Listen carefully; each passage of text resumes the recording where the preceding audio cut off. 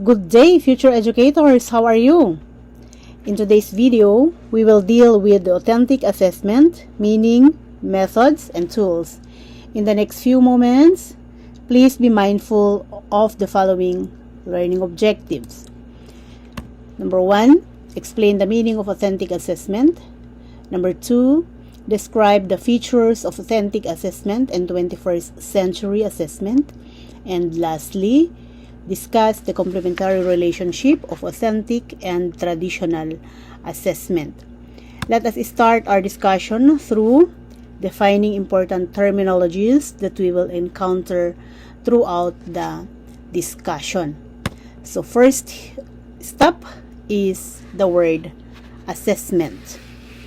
Assessment refers to the process of gathering data and information about what students know and can do. So, ito yung pagkuha natin ng mga impormasyon sa kakayahan ng estudyante. Ano yung alam nila at ano yung kaya nilang gawin. So, this information can be gathered through, of course, observation of students throughout the conduct of their learning activities. It can also be obtained through examining of results of students' learning activities and then testing their knowledge and skills. So, with the use of assessment, we will be able to find out what the students are learning. Okay, so that is assessment. Next one is the word evaluation. Evaluation involves the task of interpreting, forming conclusions, and making judgment about the information which was gathered in the process of assessment. In short, assessment is made to identify the level of performance of your students. Meanwhile, evaluation is performed through, this is being performed to determine the degree, okay, which goals are attained. So, kitang-kita dito yung pagkakaiba nila, no? So, assessment is what? Made to identify the level of performance, while the evaluation is performed to determine the degree if the goal is being attained. Next one is testing. Test. Okay.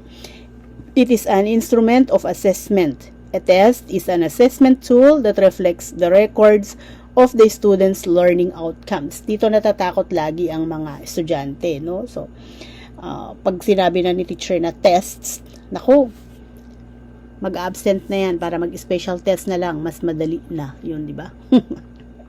Okay. Testing measures the level of skills or knowledge that has been reached. So, it is very important to give tests, no, to measure the level of skills or the knowledge that the students have obtained. Okay, it is also important to a teacher, no, for us to assess whether what we were doing in the classroom is effective or not. No, depends on the result of the testing that you give, no. And then last one is we have marks. These are reports of the results of evaluation or evaluating information obtained in the assessment process.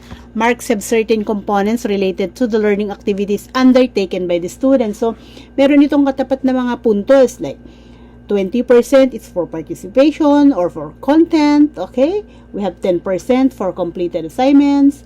We have 20% for quizzes, 30% for submitted reports, so forth and so forth.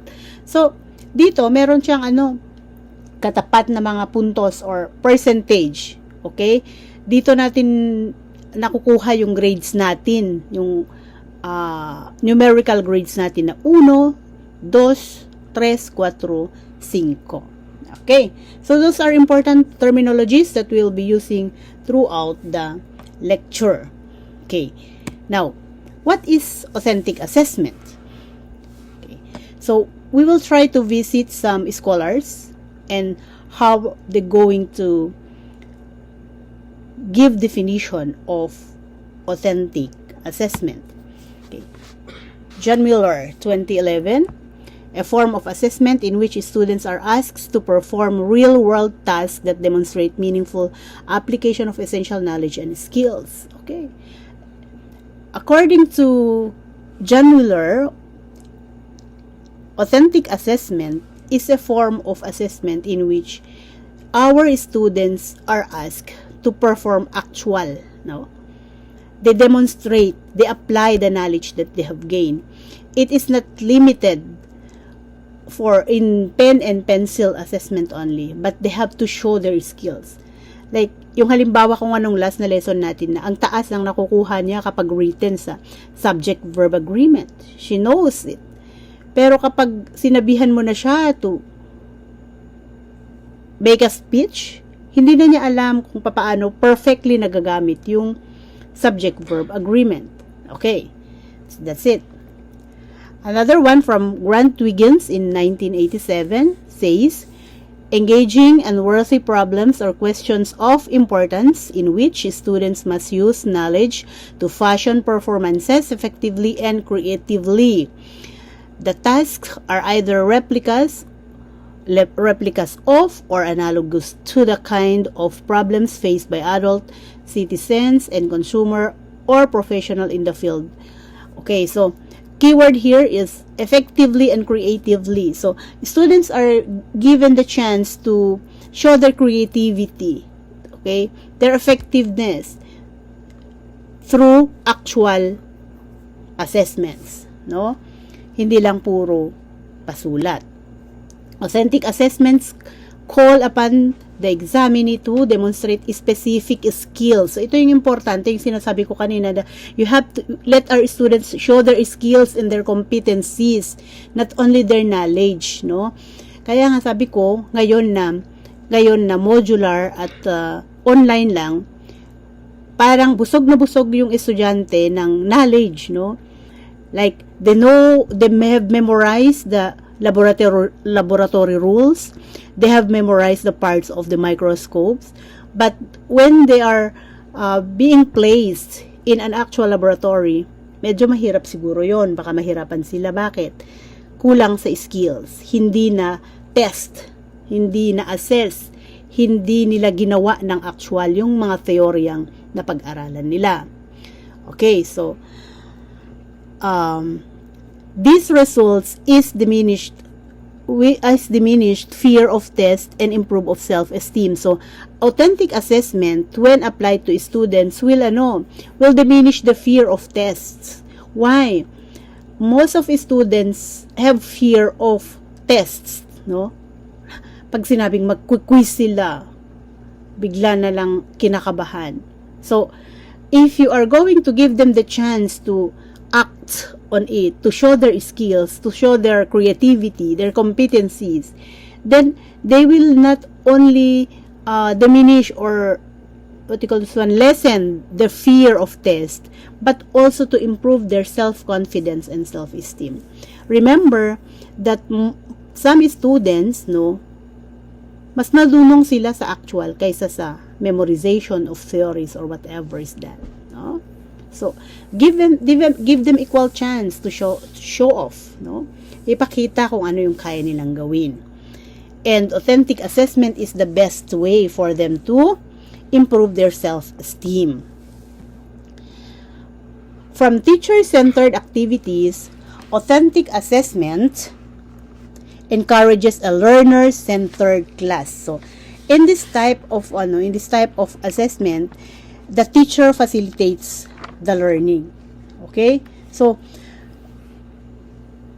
from the teacher-centered activities, yung lagi na lang puro pasulat, okay? At ang ginagawa lang ng estudyante ay nagme-memorize. Dito naman sa authentic assessment, it encourages the students to act and to show their skills, no? The other side of themselves, no? The other personality, no? Kasi baka meron silang kakayahan na hindi mo pa nakikita. So in here, it becomes learner-centered class, no? In here, the major role of the teacher is to help students accept responsibility for their learning and become self-evaluators. So, natututo din ang estudyante to evaluate. Tama ba yung ginawa ko? Sapat na ba yung ginawa ko? Sana mas ginandahan ko pa. So, sa susunod, mas gagalingan niya. In here, the teacher designs activities and evaluates results which provide information needed for monitoring students' progress and evaluating the teacher's instructional strategies. Okay? The effectiveness of the teaching methods, the effectiveness of the teacher, no? It can be tested through the authentic assessment. And as I have said in here, the teacher just facilitate it, facilitators the teacher, and that is the most important role the teacher should do, no? So you are not the manipulator, but either you are a facilitator. Okay. What are the characteristics of authentic assessment? Okay. Number 1, authentic assessment starts with clear and defined criteria of performance made known to students. So, bago pa lang kayo magsisimula, siguraduhin natin na ang criteria ay na-define na meron ng pamantayan para sa performance na yon. At the same time, please make sure that the students know about it. They are knowledgeable. Ine-explain ito, no? Lagi kong sinasabi sa mga nag-demo sa Filipino na kapag may ibibigay kang isang pangkatang gawain o isang gawain sa mga mag-aaral at gumagamit ka ng rubric, siguraduhin mong na-explain mo ito sa kanila and always ask them if they have question about it or if they understood it. If they understood the method of scoring, okay? You should be very clear about it. Number 2, authentic assessment is criterion reference rather than norm reference. So, I have already discussed with you about criterion reference and norm reference. So, it says here that authentic assessment identifies the strengths and weaknesses, but, okay, does not compare students nor rank their level of performance. So, you are going to identify the strengths and weaknesses of your students, but you do not compare or rank them. So, it becomes criterion reference. Diba? Kasi hindi mo pinagko-compare yung mga estudyante mo. Kundi, ang kinakalaban lang nila ay yung rubric na ginawa mo, yung standard na ginawa mo, hindi yung classmate nila. Okay? So, that is authentic assessment.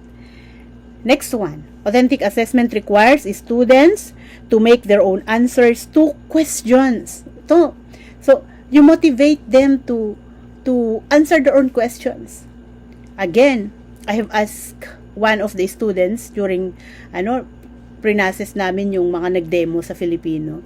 I asked one of them, what if someone among the class will ask you a question, what will you do? Then, ang sabi niya, well, I'll try to answer it. Okay? So, supposedly, you ask the other classmates, no?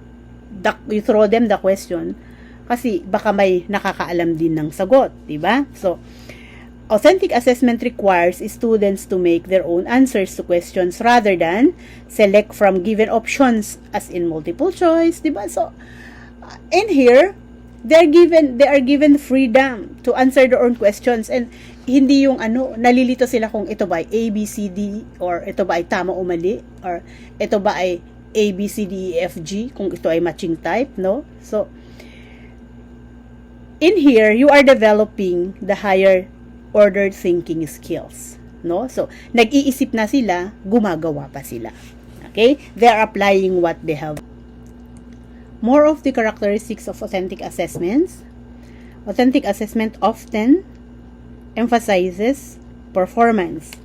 Therefore, students are required to demonstrate their skills, their knowledge, or competence in appropriate situation. Appropriate situations meaning the activities that the teacher have prepared. So, it opens the opportunity for the students to perform, wherein they are going to show off their knowledge, their skills, their competencies, no? Their creativity, their resourcefulness. So, authentic assessment does not rely mainly on recalling facts.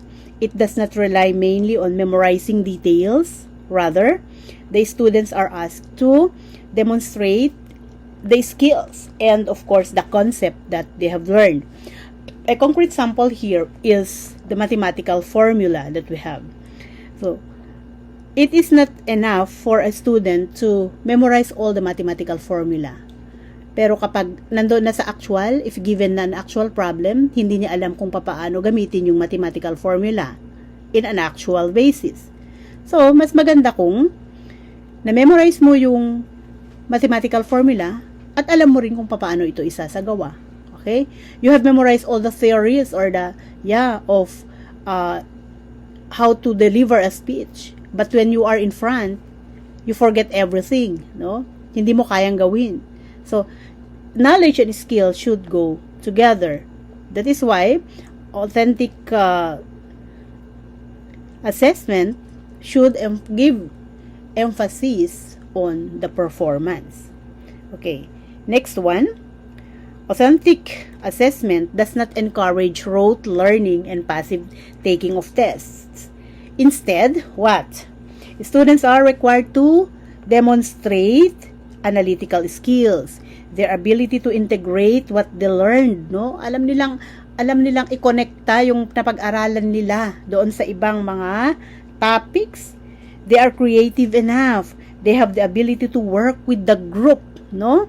And they have the skills in both oral and written communication. So, students should not be limited. So, the authentic assessment gives the opportunity for the students to show all of this, their creativity, the ability to work with the group, their skills in oral and written communication, and the important one here is the integration of what they have learned. So, in short, authentic assessment values not only the finished products, which are the learning outcomes, but of course, it also values or give importance to the process of learning itself. Habang natututo yung estudyante, no?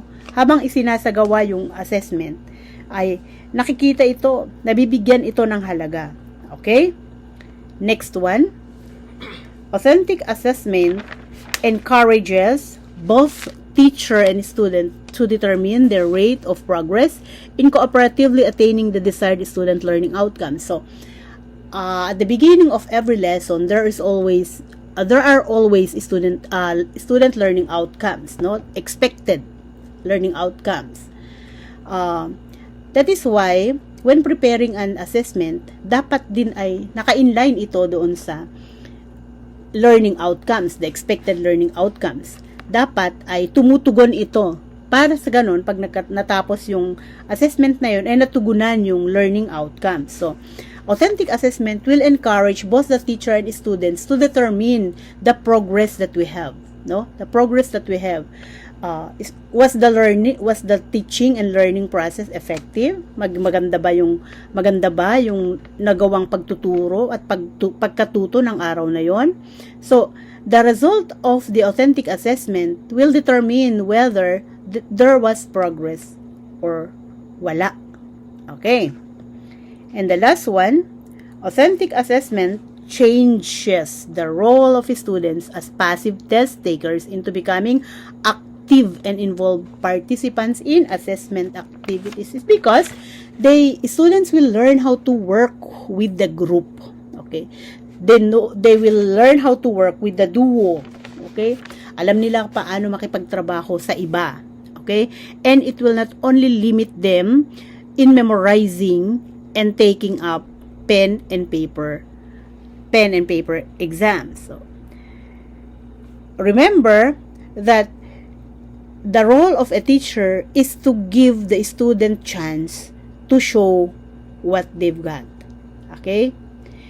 They are something. The students are intelligent. They are resourceful. Minsan nga, nagtataka ka na lang, ba't kaya pala ng estudyanteng gawin ito? Ang galing-galing pala nila, no? We should not limit them. So, it is our role then to prepare authentic assessment that will bring out the best from each student. Okay.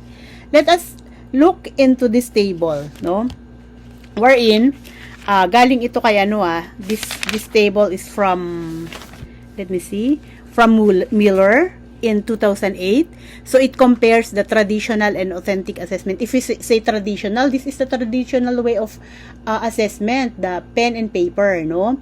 Memorization. Authentic assessment, napag-usapan na natin kanina, it involves demonstration, performance, etc., etc. So, in the first column are the attributes. The second is how are we going to do it if it is a traditional assessment, and the last column is how are we going to do it or perform it if it is an authentic assessment. So, attribute, action or option, if it is traditional assessment, selecting the response, no? Like, selecting from A, B, C, D.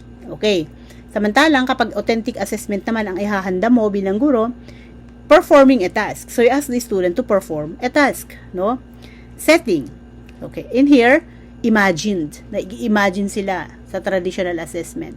Samantalang, sa authentic assessment, simulation or real life. Totoo, ginagawa kasi nila, di ba? Real life ito. Yung method naman, in traditional assessment, recall and recognition. So, alalahanin nila yung natutunan nila nung nakaraan, tapos i-recognize nila yung ganito, ganiyang bagay. Samantalang, kapag ito ay authentic assessment, they're going to construct or apply, no? So, magkaiba. Makikita mo dito, nakikita mo ba na dito sa authentic assessment, it involves your entire body, no? 'Di ba? Hindi ka lang nag-iisip. Unlike in traditional assessment that it really limits you in recalling or recognition or in using your memorization, no? So, in terms of focus, the traditional assessment is teacher structured, of course, and authentic assessment, katulad ng sinabi ko kanina, ay student structured. So, the students are given all the time to do the task, and at the same time, they try to evaluate their own outcomes, di ba? So, they have involvement in everything, no? And the outcome in traditional assessment is indirect evidence, samantalang authentic assessment is direct evidence kasi nakikita mo agad yung result, no? Nakikita mo, nahahawakan mo, okay? Ganon. So, looking into this table, no? So, looking into the table that I have presented a while ago, based on the definitions of the authentic assessment and the table a while back, comparing the two of them, so we can say that moving from traditional to authentic assessment is like going from knowing to showing. So, knowing, it involves your brain. Showing, it involves your hands and your mind, your body, no? So, knowing, maybe we can attribute it to memorization, recall. Showing means demonstration, etc., etc. Okay, so why then authentic assessment? Why is it that many educators and scholars are suggesting, no, and recommending authentic assessment in the classroom? Okay, so according to Richard Wiggins, the common practice of using recall and recognition objective, the skills and knowledge they have mastered. So, as I have been telling a while back, so aside from the recognition or the recall, the students should be given their chance to show their skills and their knowledge that they have mastered, no? That is authentic assessment. Another one, authentic assessments are products and or performances correlated with real life experiences. So, students are given a chance, no, to experience it actual, hands-on, no? Parang computer. Iba kapag pinag-aaralan mo lang yung bahagi ng computer, no? Iba ito kapag hinahawak mo na ang computer at ginagawa mo na. So, authentic assessments are performances correlated with real life experiences. So, the students will experience at the first-hand basis, no? On hands-on. Okay. Let's look into the 5 phases of authentic assessment. 5 phases of authentic assessment. The purpose of assessment is to improve student learning. Assessment achieves this purpose by gathering pieces of evidence of a student's performance over a period of time. Such evidence may be in the form of written works, journal entries, or oral presentations. It can also be through research paper results, essays, story writing, and examination results. So, in general, we have 5 phases, okay, of authentic assessment. We have to observe these 5 phases. First one, identifying the most important knowledge and skills that students should able to demonstrate as a result of their learning activities. So, identifying the most important knowledge and skills. No, alam mo dapat kung alin dito yung bibigyan mo, pinagtutuunan mo ng pansin kapag nagbibigay ka ng assessment. Okay. Number 2, determining the criteria and standards of outcomes performance and the acceptable evidence that may be presented as proof of outcomes attainment. So, you prepare the criteria, no? Hindi lang basta-basta nagpagawa ka, halimbawa, sa bayang bigkas, tapos nung pinanood mo lang, after seconds, pagkatapos, meron na silang score. No. Because, dapat may criteria kang sinusunod para makuha mo yung totoong marka ng bawat performance. Okay. Implementation of the supporting activities that will facilitate the attainment of the desired students' learning outcomes. That is number 3. Number 4, measuring the extent at which the students are attaining the desired learning outcomes. And the last one is interpreting the assessment results and evaluating whether they indicate attainment of the desired outcomes and utilizing them for continuous improvement. So, kung mapapansin nyo mula doon sa first phase hanggang doon sa last, unang-una ina-identify muna natin yung objective nung ginagawa nating assessment, no? And then we determine the criteria, and then we gonna implement, then measure the extent through scoring, and of course interpreting the assessment, no? So be sure that in preparation of authentic assessment, we should observe these 5 important phases. Now, let's move on and let's talk about 21st century assessment. Oh, I'm sorry. Bakit hindi ko na ituloy yan? naging ano tuloy? 21st century as tuloy. It should be 21st century assessment. So, if you observe in the following assessment characteristics, we will find out that the characteristics of 21st century assessment are parallel with the features of authentic assessment, no? So let us take a look into this following characteristics. Number 1 is responsive. The 21st century assessment should be responsive, meaning to say, it is visible performance-based work, generates data that inform curriculum and instruction. Responsive dapat siya. Number 2 is flexible. So, the assessment needs to be adaptable to every student setting. Rather than the identical approach that works in traditional assessment, 21st century approach are more versatile. No, nag-a-adjust ito sa setting, sa classroom halimbawa, no? Kung hindi siya pwedeng gawin yung assessment mo, pwede tong gawin sa loob ng classroom, pwede rin gawin sa labas, no? Flexible dapat. Merong paraan upang kayang ipatupad yung assessment na yon. Okay. Integrated.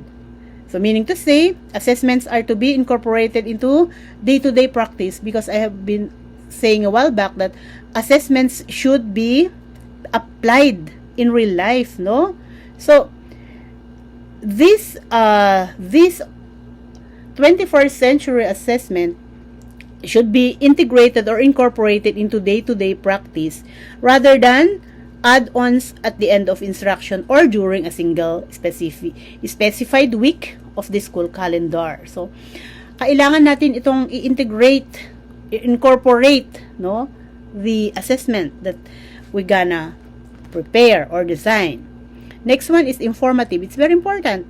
So, the assessment results given information on whether or not the desired, which are clearly stated and explicitly taught are realized. So, mula doon sa simula ng pagtuturo mo, doon sa pagbibigay mo dapat ng assessment ay natutupad yung mga learning objectives mo. Next one is multiple methods. An assessment includes a spectrum of assessment strategies, no? So, methods. hindi lang iisang method ang gamitin mo kapag nagbigay ka ng assessment. Dapat maraming method yan para hindi maboring yung mga estudyante. Dito, nag-observe kami sa nag-demo noong mga nakaraang week. Ang gagaling nila, dami-dami nilang strategies. They know how to use multiple methods in giving assessments and I like it. Ang galing-galing nila. Next one is communicated. The 21st century assessment is communicated. So, communication of assessment data is clear and transparent for all stakeholders. So, example here is the rubric, no?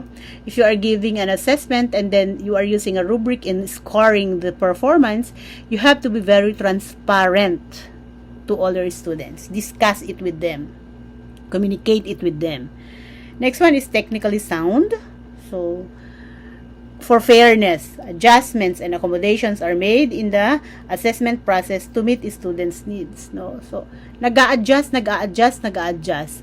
para matugunan ang pangangailangan ng bawat estudyante at hindi lang isang grupo kundi lahat ng estudyante from the sabihin na natin kung may special kang student hanggang doon sa pinakamatalino. So, may adjustment lagi yan. And of course, the 21st century assessment should be systematic. So, 21st century assessment is part of the comprehensive and well-aligned assessment system that is balanced and inclusive of all students, constituents, and stakeholders and designed to support improvement at all levels. Okay? Systematic siya. It involves everyone. Okay?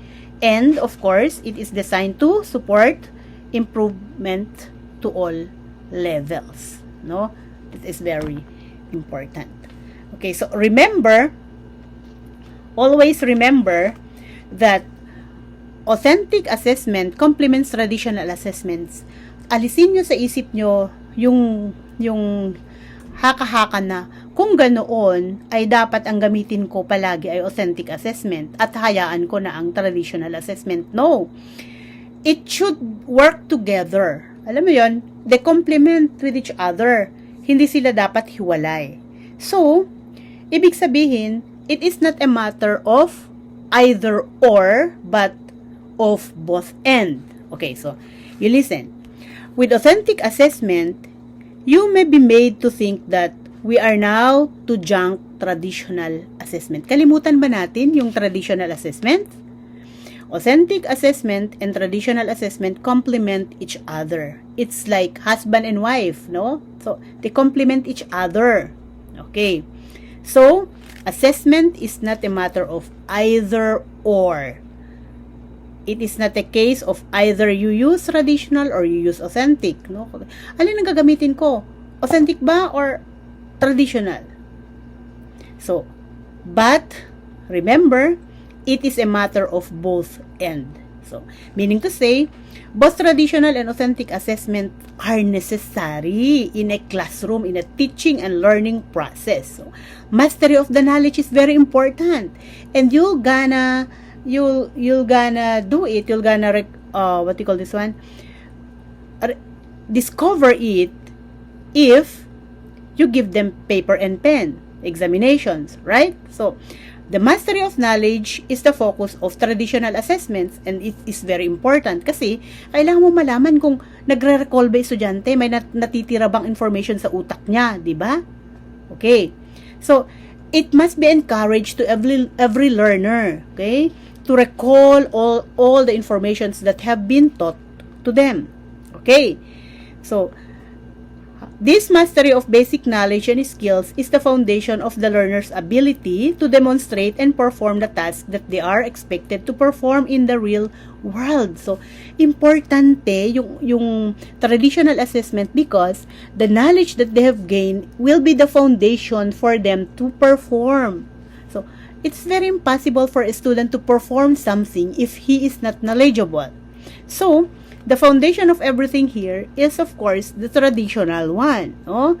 And you cannot separate the two types of assessment. So it is not a matter of either or but a matter of both and. Okay, so in other words, class, learners cannot perform or do the real world tasks if they have not mastered basic knowledge and skills. So therefore, Remember, I repeat again, that authentic assessment complements traditional assessments.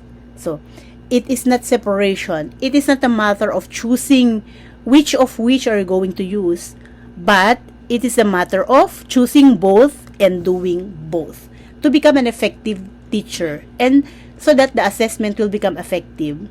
The students will perform well, no? And they will develop well, no?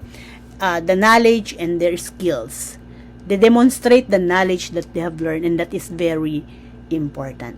Remember, application is very important, but they cannot apply if they have no deep knowledge on what they are going to do. So for the third time, I repeat again, remember that authentic assessment should complement the traditional assessment. They should not be separated from each other. Do not choose between the two either or, but you use the two types of assessment in your teaching. Okay, so that's all for this day. Okay, we have been discussing for 2 days now, and this is the second video, and I hope that you've learned something that you can apply when you will go and teach in a real classroom situation, a real classroom, and not online, no? So let us pray that this pandemic will surely end and really end, so that you will be given a chance to go out and teach at an actual classroom.